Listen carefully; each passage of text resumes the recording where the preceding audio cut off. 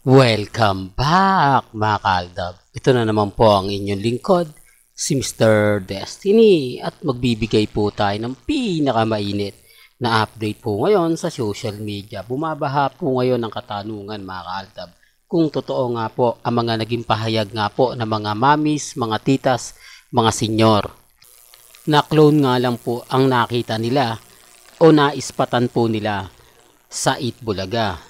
Alam nyo, sa totoo lang po, may mga bagay-bagay po na mapapaisip din naman po kayo, di po ba? Na bakit kaya nila nasasabi yan, etc. etc. Imposible naman na gagawin yan sa harap ng camera o ng live sa Itbulaga na ganito ganyan. Wala po kasi silang alam. Hindi na po nila alam ang buong istorya at ang buong kwento kung saan nga po nagsimula ang sarswela. Di po ba? Kaya nga po yung iba nagtataka, nagdududa, etc. etc. May clone po talaga si Maine Polkerson. Real talk to mga kaaldab. Ito po yung dating naging contestant po sa Itbulaga. Sa mga hindi po nakakaalam, nire-remind ko lang po sa inyo. Kasi yung iba nga po nagtatanong, nagdududa, di po ba? Gaya nga po ng pinapaliwanag natin, dumidepende po tayo sa mga nagiging komento. Dumidepende po tayo sa mga sinasabi ng iba at pahayag po ng iba. Kasi kung titignan mo yung totoong Maine Polkerson, talagang kakaiba yung ganda, kakaiba yung aura, kakaiba lahat, di po ba? Talagang madali mo siyang makikilala lalo na po dun sa mga pagmumukha ni Mengay. Pero gaya ni sinabi ko, wala pong pilitan. May mga bagay-bagay nga po na kapag ako nagbigay ng update, marami talaga magre-react. Marami magsasabi, nako, itigil mo na yan, Mr. Destiny. Hindi nyo lang matanggap, gumagawa pa kayo ng issue, di po ba? Alam ko naman po na yan at yan po ang ibabanat sa akin. Na okay lang, normal na lang po sa akin yan kasi lagi naman pong ganyan po yung paninira nila sa channel ni Mr. Destiny.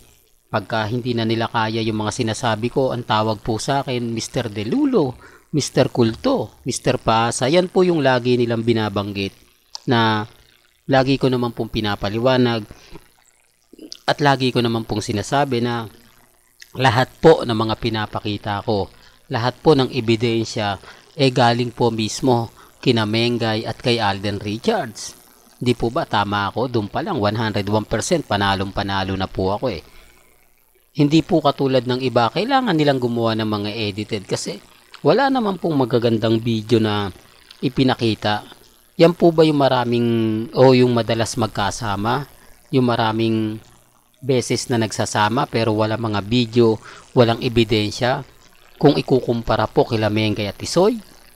Real talk mga kaaldab. Pero bago natin ituloy itong magandang update natin, kung bago ka lang sa channel na to at isa kang true-blooded Aldab Nation, na nagmamahal kina Mengay at Tisoy, tama po ang channel na pinuntahan mo, kaya consider na po kitang bagong subscriber at huwag mo kalimutang i-share ang mga video po natin sa mga mami, sa mga titas at sa mga senyor. Well, punta na po tayo dito sa mainit na pinag-uusapan. Marami nagtatanong bakit hindi daw po sumama si Maine Polkerson dito sa ginawa nga pong kumbaga ano man po yung project ni Congressman Arjo sa District 1. Bakit hindi nga po raw ito nakita? At bakit daw po hindi rin ito pumunta sa piyesta ng Santo Niño? Hindi, for the record lang po mga kaaldab. Hindi po ba? Ang daming lapses, di po ba, sa Bahay Toro? Piyesta po ng Santo Niño sa Bahay Toro, pero hindi po raw doon nagpakita si Maine Polkerson. Gaya nga po na sinasabi natin at lagi kong pinapaliwanag, hindi po pwedeng dumikit si Mengay sa karamihan. Mabibisto po eh.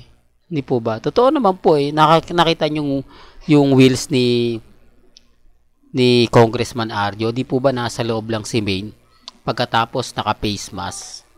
Kasi mas madali mong tatamaan eh. Mas madali mong makikilala. Sinasabi ko lang po para lang klaro. Sinasabi ko lang po para lang po sa kaalaman ng lahat. Lalo na po sa mga taong dumadaan at bumibisita po sa channel natin. Yun naman po yung kagandahan nyo sa channel ni Mr. Destiny. Kung ano lang po yung latest, kung ano lang po yung trending, doon lang po tayo. Kaya po wag po kayong basta-basta maniniwala sa mga sinasabi ng iba, pahayag po ng iba. Hindi po ba? Ako naman po pagdating dito sa channel ni Mr. Destiny, lahat po ng mga gusto nyo pong mapanood, mapakinggan, di po ba? Relax lang, kampante lang. Darating naman po yung point mga kaaldab, tayo yung wagi. Darating din yung point mga kaaldab na tayo po yung panalo. Kahit anong kwento po nila, kahit anong sabihin nila, wala na pong maniniwala po sa kanila. Kasi totoo naman po eh. Never po itong nakikita. Ako, bantay sarado po tayo pagdating sa mga bagay na ganyan. Lagi tayong pinag-uusapan, lagi tayong trending. Kasi yun naman po talaga yung trabaho ni Mr. Destiny. Maghanap ng resibo. Maghanap ng ebidensya. Minsan nababas pa nga po ako ng kapwa Aldab Nation eh. Dahil pinopromote ko pa raw si Congressman Arjo, pinopromote ko pa raw po yung si Ibiang. Hindi po nila alam na mahirap po talaga yung kinalalagyan ko. Kasi ako po yung unang nasasaktan, ako po yung unang kumbaga na yung nakakaalam na mga kaganapan. Di po ba? Kaya nga po sabi ko bago masaktan yung mga mamis, mga titas, mga senyor, ako po muna. Kasi ako yung unang nakakakita eh. Kaya nga po sa Itbulaga, di po ba? Tama naman po yung mga sinasabi ko. Tama naman po yung mga pinapaliwanag ko. Kaya nga po yung iba nagtatanong, totoo nga po ba na may katotohanan ang mga sinasabi ng Aldab Nation? Gaya po ng sinabi ko, wala po silang alam. Hindi po nila alam ang buong istorya at ang buong kwento. Ang alam lang po nila, kasal na si Mengay at si Congressman Arjo. Dahil yan naman po yung pinakalat eh. Yan naman po talaga yung masasabi natin na kumbaga mas pinag-uusapan. Mas talagang tinutukan. Hindi lang po ng iba. Kumbaga parang masasabi natin na naandun na lahat. Sinasabi ko lang po ito para lang klaro ha. Sinasabi ko lang po ito para po sa mga taong dumadaan at bumibisita sa channel natin. Yan naman po yung kagandahan nyo eh. Kaya nga po hindi ako basta-basta nagpapa-apekto at never naman po tayong nagpapatalo sa kanila. Di po ba? Yan ang isa sa lagi kong pinapaliwanag na si Mr. Destiny hanggat na andito patuloy ko po kayong ipaglalaban. Patuloy po ako magbibigay ng mga update na talagang mapapaisip po sila. Hindi ko man po makuha yung simpatya nila. Hindi ko man po makuha yung gusto nilang malaman, marinig. Pero kahit papaano siguro mababawasan po yung mga sasabihin nila. Siguro mababawasan yung hinagpis ng iba. Kasi hindi naman po talaga nila alam ang katotohanan. Di po ba? Gaya ngayon mga kaaldab, kanina trending si Maine, ngayon naman si Alden Richards. Ganyan naman po talaga eh. Kumbaga palitan lang po yung mag-asawa. Tapos sasabihin nila si Alden, si Maine ginagamit lang daw. Walang nanggagamit po. Maaari pa nga pong si Alden gagamitin ni Maine eh. Di po ba? Pero gaya ng sinasabi ko, panalo pa rin po tayo kasi hindi naman tayo binibigyan ng pasakit ng TVJ. Simula nga po na parang nagkaroon na ng mga issue na kakasuhan, nagmaniobra na. Siguro natakot na sila na baka masampulan sila, di po ba? Kaya nga po sinasabi ko lang to for the record, exempted po ako. Dahil ako hindi naman po ako nagpo-post ng mga photos na ini-edit ko lang.